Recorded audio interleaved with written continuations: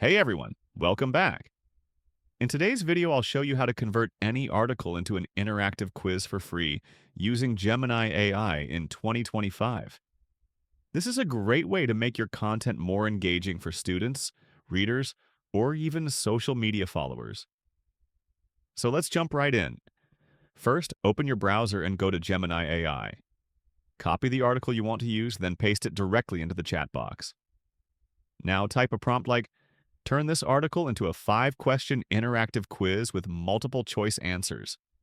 Make it clear which option is correct, but don't reveal the answers right away. Gemini will instantly generate a full quiz based on your article.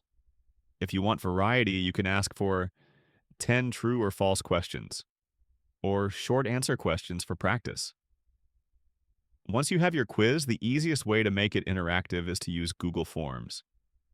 Just open Google Forms, paste in the questions and options from Gemini, and mark the correct answers. Google Forms will automatically handle scoring and feedback for you. Finally, share the link with your audience, and now your article has been transformed into a fun, interactive quiz. And that's it. You've just learned how to convert articles into interactive quizzes for free using Gemini AI in 2025. If this video helped you out, don't forget to hit like and subscribe for more free AI tutorials.